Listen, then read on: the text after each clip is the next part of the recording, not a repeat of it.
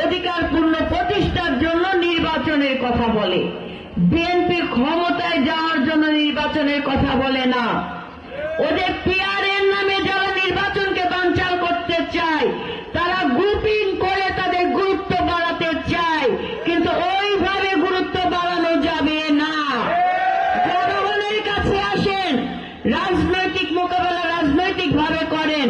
জনগণ থেকে বিচ্ছিন্ন হয়ে জনগণের বিরুদ্ধে নতুন কোন সিস্টেম চালু করার কিংবা মব সৃষ্টি করে যদি কোনো বিশৃঙ্খলা তৈরি করতে চান, এ বাংলাদেশের জনগণ শেখ হাসিনার পতন যেভাবে নিশ্চিত করেছে, পুনরায় জনগণ তার অধিকার প্রতিষ্ঠার জন্য প্রয়োজনে আবার রাস্তায় নামবে।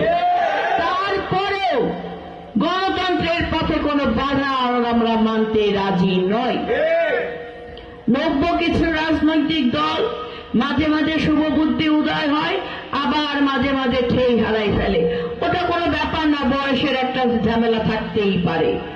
তো এই সকল বাচ্চারা যাদেরকে দিয়ে বাংলাদেশ একটা স্বৈরাচার মুক্ত দেশ আমরা বলতে পেরেছি, যারা